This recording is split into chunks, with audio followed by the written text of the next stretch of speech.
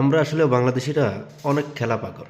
দেখেন, এই যে ভিডিওটা দেখে যা বুঝতে পারলাম, যে দেশকে আমরা এত সাপোর্ট করি, নিজের দেশ থেকে খেলা যে সময় শুরু হয় আর্জেন্টিনা ব্রাজিলের, এত সাপোর্টার বাংলাদেশে ধারণার বাইরে।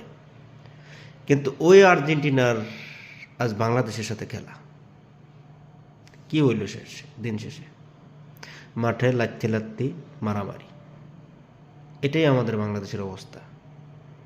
আমরা মানুষকে উপরেও উঠাইতে পারি, নিচে নামাইতে আমাদের 1 মিনিটও লাগে না। তার কারণ মাঠের খেলা চলতেই থাকবে এরকম।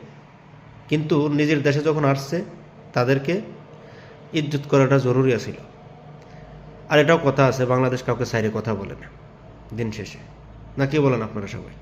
আমার তো মনে হয় বাংলাদেশ কখনো কাউকে সার দিয়ে কথা বলে না, তাতে খেলার মাঠে হোক, মাঠের বাইরে হোক।